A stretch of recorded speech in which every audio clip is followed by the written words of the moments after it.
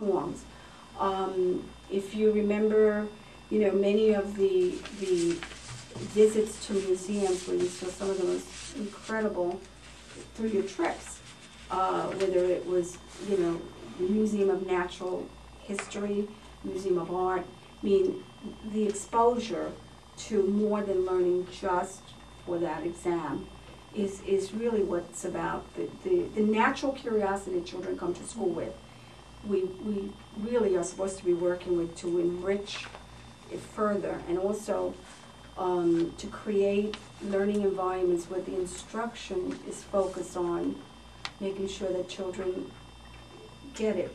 And last week, I think you were at the meeting where I said that we have to stop this, what I call the scuba dive, snorkeling.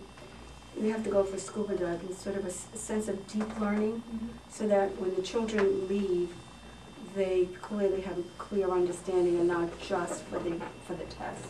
Because the truth of the matter is, look at our 8th grade results. They're horrendous, and they have been.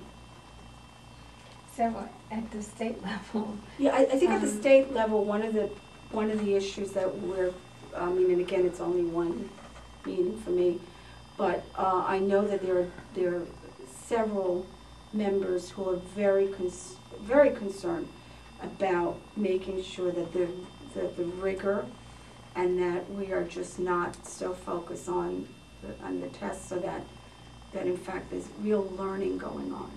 So I do get that feeling, and again, it's only one meeting, but I'm feeling positive about it. Now, a year from now, I may come back here and let you know what that's, which I would love to come back, so, and let you know what we're doing specifically and how it's, but it's encouraging. I wish it was moving a lot faster, but it is encouraging. No, it's very Marvin? Right. Marvin Schulting, I'm the president of the Community Education Council for District 10, and I guess hope springs eternal that the former district superintendent is now a regent, having seen the decline in the authority, the educational leadership of that position, where they're not even allowed to do a school visit without permission, and keep the fight going. Hopefully in a year from now, the news will be good that mayoral control is out and we get back to community-based education systems. So no question, just you have our support, my support, and my council's support. Thank you. You're welcome. Bob?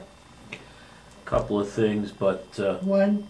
I'm good. No, I just want to say, because Dr. Rosa said that you couldn't understand why they give the test in January, but if you remember when the test was given in April, it wasn't scored until August when summer school started. That was one of the big problems that Klein had in his first year, and that's why they were moved to January, so they could get the test scores in. But now, Okay. I have two things.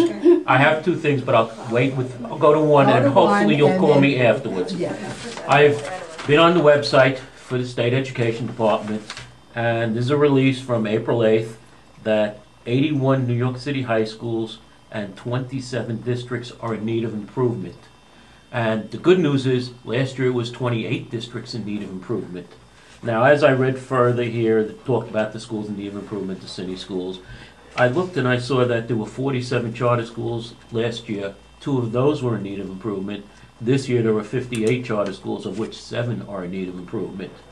And that the New York City proficiency on grades 3 to 8 ELA rose 0.1% to 50.8, which means half the students aren't proficient in English.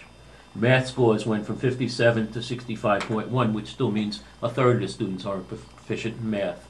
I know how bad the system is. I've been on the Chancellor's Parent Advisory Council. You've been a superintendent. Some of the people here in the room don't know how bad the school system is. Has it gotten better in the 5 years or so under Bloomberg? I say no. What do you say? Well,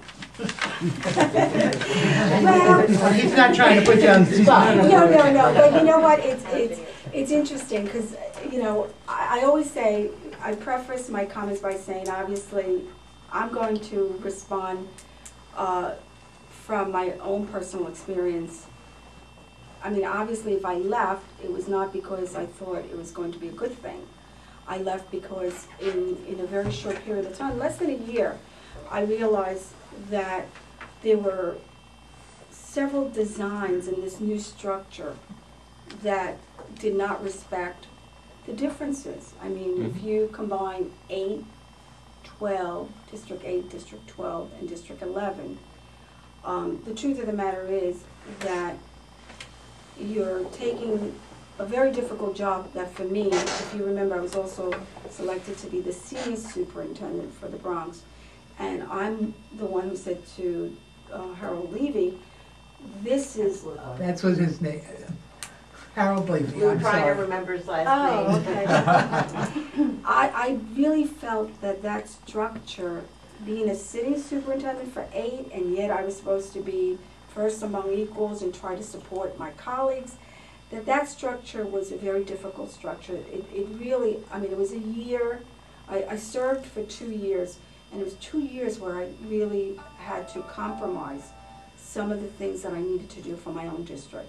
I have to tell you that District 8, which had about 30 schools, 26,000 children, was a tall order. Not to mention now that you put 3 districts together. And then the other piece of it was, for me, as a superintendent, I had my budget, $185 million on the table. I had my priorities. I would match my priorities and find the funding to support. How are you a superintendent?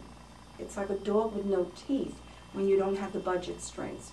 Now try to go into the supermarket with an empty wallet and say, you know, I wish I had a credit card. You know, we'll pay for it. The truth is that the current superintendents, number one, have been stripped of their budgets, support. They can't even, you're a superintendent, but you can't go into a school and evaluate. So there are conditions that if you're asking me, do I think these conditions are supporting schools, quote unquote, becoming better, I would have to say no. I truly don't think that those are the kinds of conditions that would support children in schools having the kind of teacher quality. I mean, not to even mention, you know, something that happened recently, I'm sure you read it as recent as today in the New York Times about the 800 teachers that are sitting out there. You've got senior teachers, experience. Now, if you're a principal and you have limited resources, are you going to buy, you know, 5 top-paying teachers versus less, quote-unquote, salary